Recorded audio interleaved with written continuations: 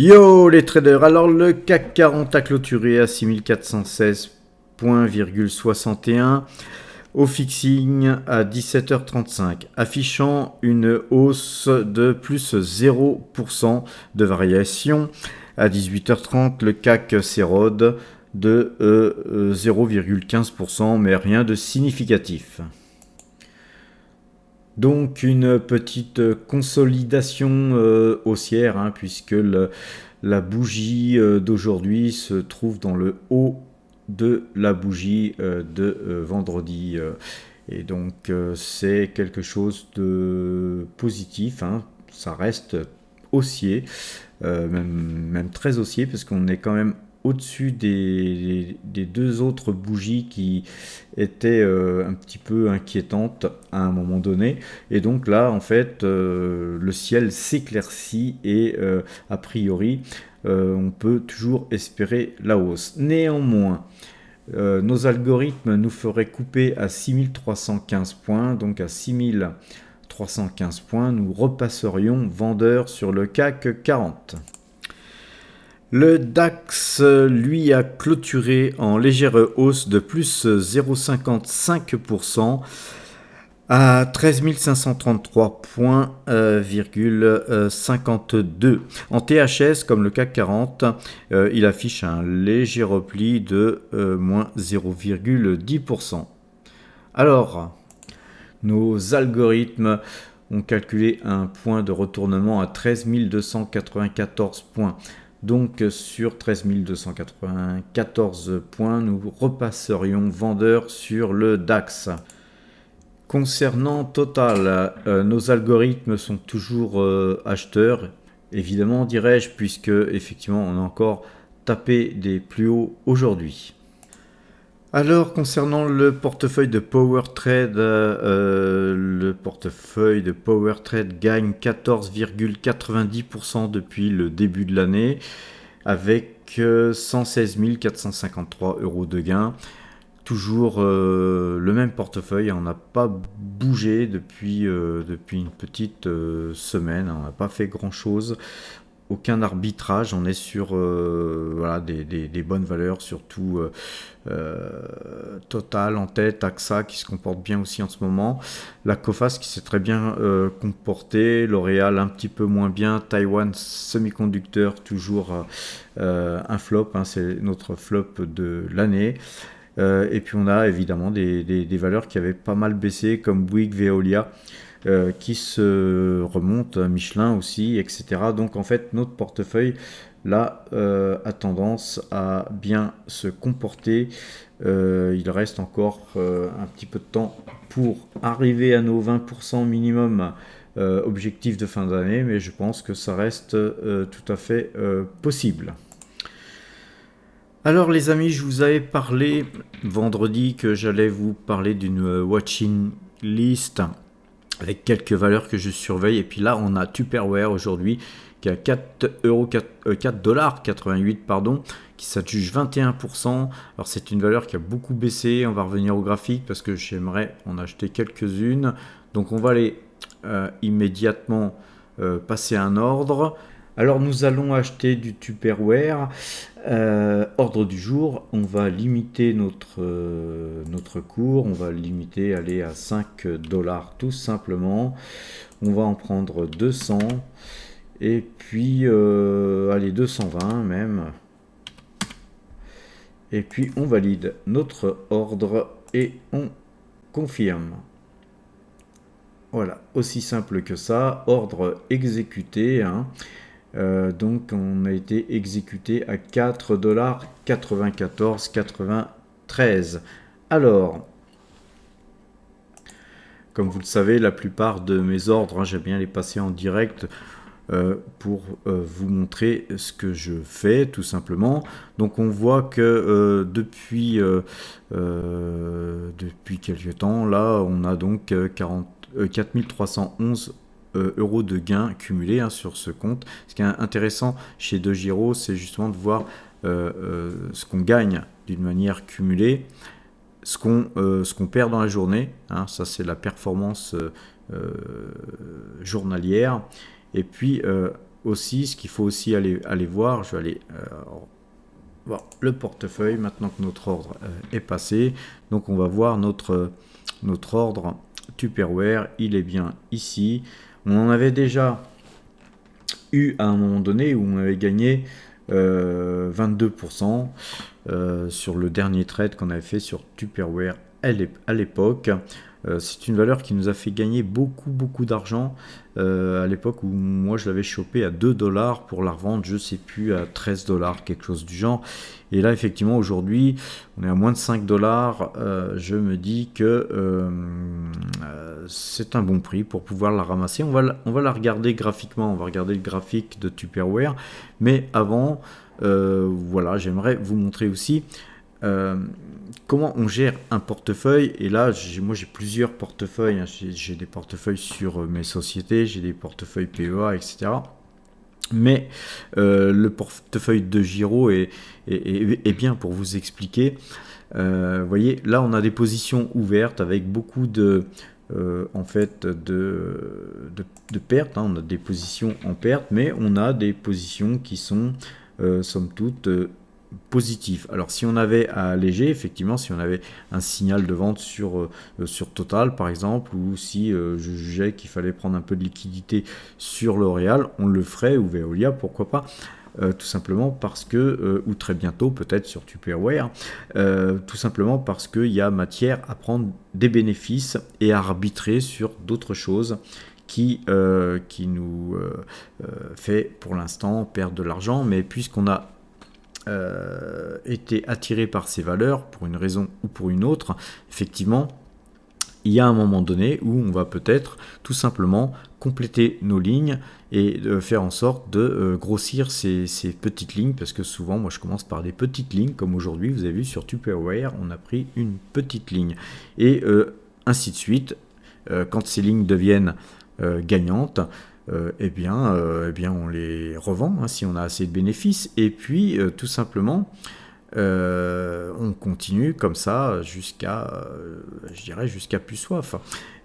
Et je voulais vous montrer les positions fermées, parce que ça c'est assez intéressant de voir sur nos positions fermées comment que ça se passe. C'est-à-dire que ce sont des positions sur lesquelles nous avons pris des bénéfices. Donc concernant les positions fermées, j'aime venir aux positions fermées pour vous montrer à quel point c'est important de faire plus de trades gagnants que de trades perdants, et que parfois il faut rester longtemps avant de pouvoir délier ces positions et de pouvoir afficher des bénéfices, les vendre, ces sociétés, et puis en racheter d'autres, comme je viens de le dire précédemment. Et là on voit par exemple que nos principales valeurs sur lesquelles on avait fait le plus de plus-value, ce fut Pfizer, Tesla, Ternium, Jutian Chemical, DBS Group Holding, Thales, Realty Income, Eramet, Pagaya Technologies, Total Energy, Eastman Kodak, Service Property Trust, Orion, Coca-Cola, etc., etc. Mais vous voyez que, en fait, dans toutes les opérations qui ont été faites, vous n'avez là que des gains. Vous voyez que des gains, sauf il doit y avoir une cinquantaine de trades qui ont été faits, et vous voyez il y a 4 trades perdants seulement, avec 79,84 € de perte, 3,85 € de perte, 1,14 € de perte, et aussi 0,94 € de perte. Ce qui totalise un peu plus de 85 € de perte, hein. Et vous voyez très bien que simplement sur les premiers trades, tout simplement avec un seul trade, vous couvrez les pertes réalisées sur ces 4 trades, qui ont été des flops pour certains, comme Exo, c'était un de nos flops, mais sur une petite somme, puisqu'on n'avait pas grand chose sur cette valeur investie. On avait Universal Health Realty Income. En fait, c'était tout simplement une erreur, puisque je voulais acheter du Realty Income, mais à l'époque, Realty Income n'était pas côté accessible depuis De Giro. Maintenant, c'est possible, c'est le cas. Mais donc, à ce moment-là, quand je me suis aperçu de l'erreur, j'ai tout simplement coupé ma position avec 1 € de perte. Bon, la belle histoire, quoi. Apache Corporation, c'était la même chose. Il y avait deux sociétés qui s'appelaient à peu près pareil. Petite erreur de frappe, de clic, bah, on coupe sa pause, tout simplement.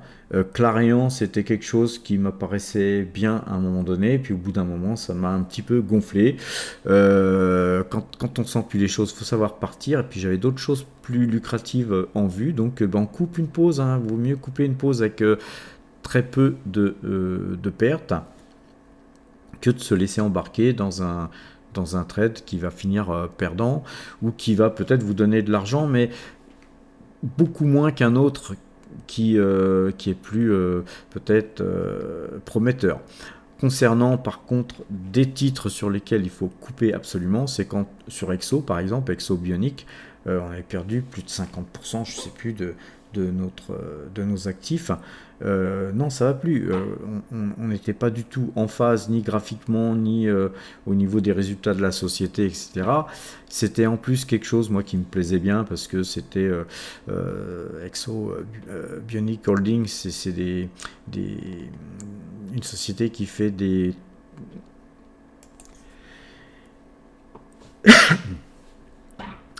Exo, c'est une société qui fait des exosquelettes, des exosquelettes bioniques, hein, ça paraissait super, mais finalement, les résultats n'étant pas au rendez-vous, il faut savoir couper ses positions.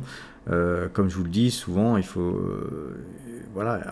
faut pas continuer dans un sens dans lequel on ne croit plus, dans une société dans laquelle on ne croit plus. Il faut savoir couper ses pertes.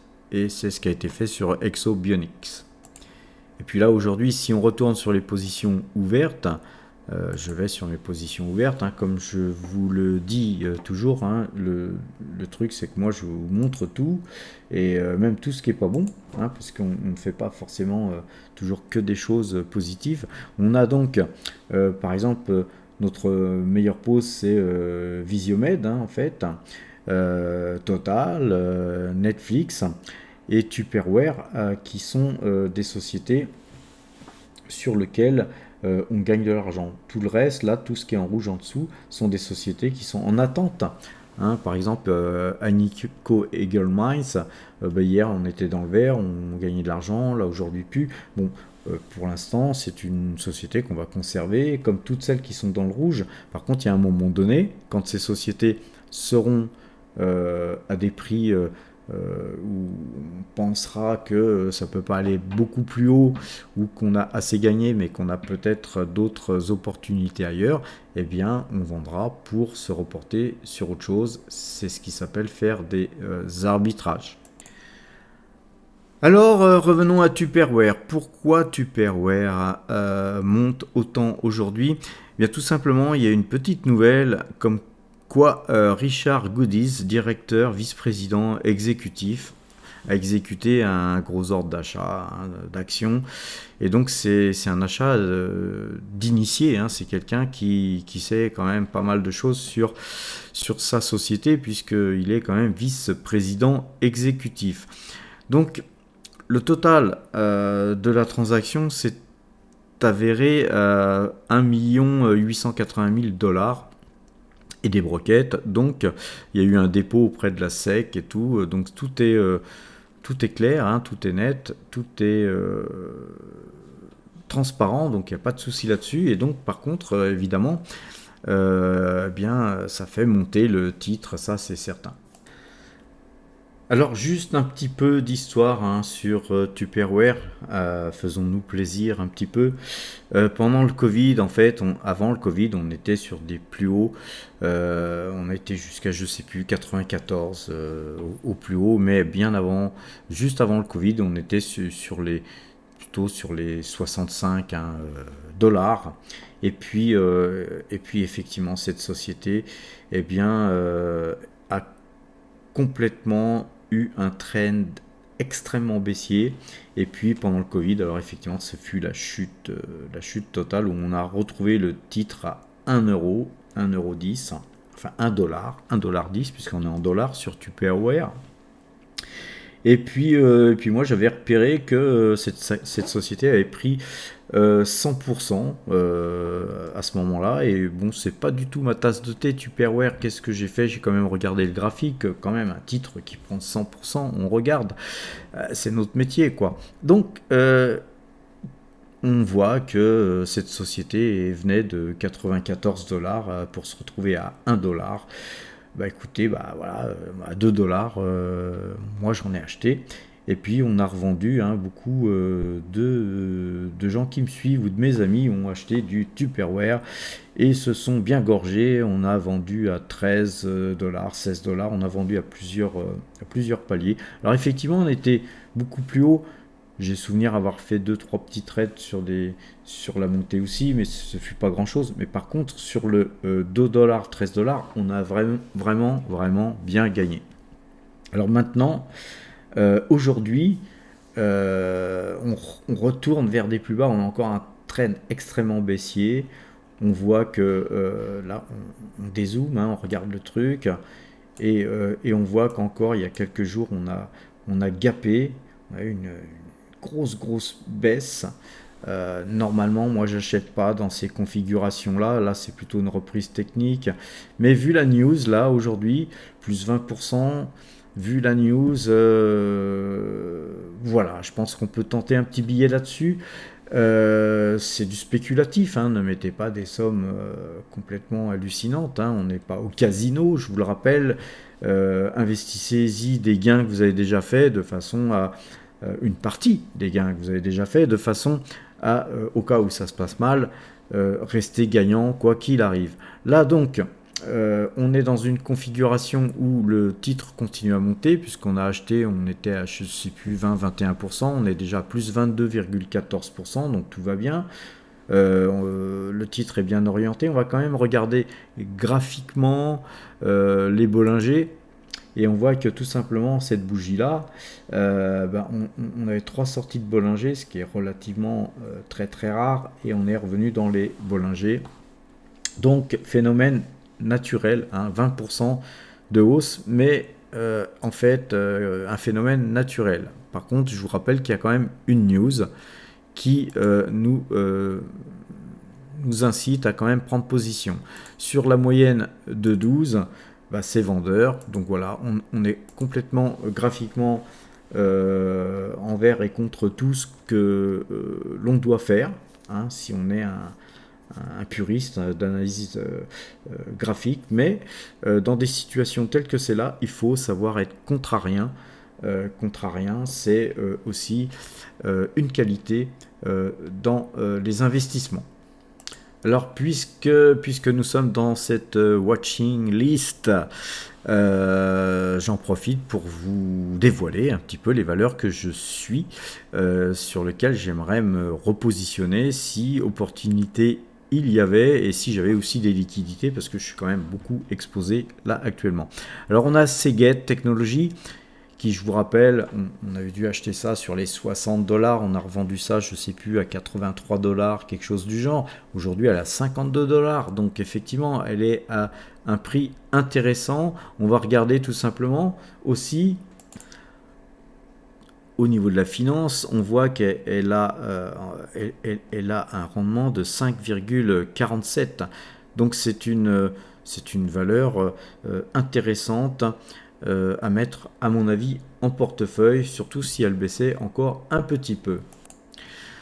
Ensuite, on a DBS Group Holding. Je vous en avais parlé la semaine dernière. En fait, on a vendu, nous, toutes nos DBS Holding. Et donc, c'est une valeur que j'affectionne particulièrement. Elle est cotée à Singapour. C'est une très bonne valeur. Il y a un bon rendement. C'est une société solide. On va essayer de la rechoper un peu plus bas. En attendant, nous avons investi, pareil, de l'argent, enfin le fruit de cette vente, on a arbitré en fait tout simplement sur une autre société basée aussi elle à Singapour qui s'appelle Kimley.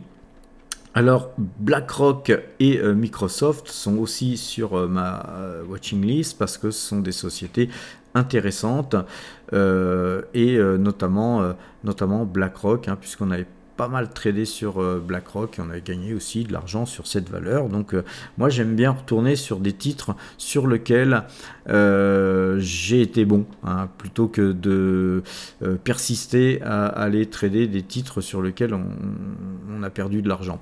On a aussi Air France qui a été vendu, hein, puisqu'on a des bénéfices très substantiels sur Air France. Je crois qu'on est sorti à 1,50 ou 1,49, je ne me rappelle plus. On est bien sorti puisqu'on est à 1,30, mais c'est vrai que c'est quand même un titre qui pourrait rebondir et aller beaucoup plus haut. Mais un titre plus risqué, hein, bien sûr, que BlackRock, Microsoft, etc.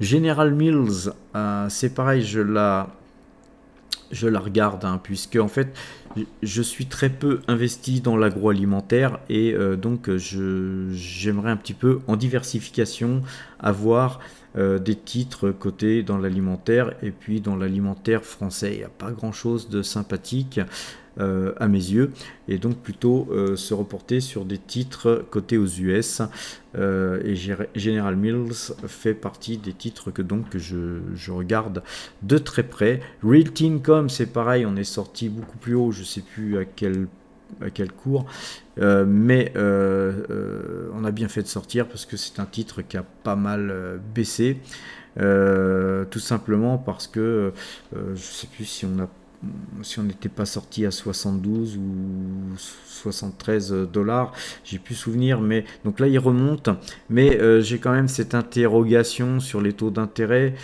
C'est une valeur taux, hein, donc tout simplement, donc moi je suis sorti de Realty Income en espérant la reprendre plus bas, donc on a vraiment le temps de se repositionner sur ce titre, c'est pas encore le moment, je pense. On a Amazon qui a beaucoup chuté, hein. Donc Amazon, c'est un titre qui cotait dans les 140, ça vaut 90 dollars.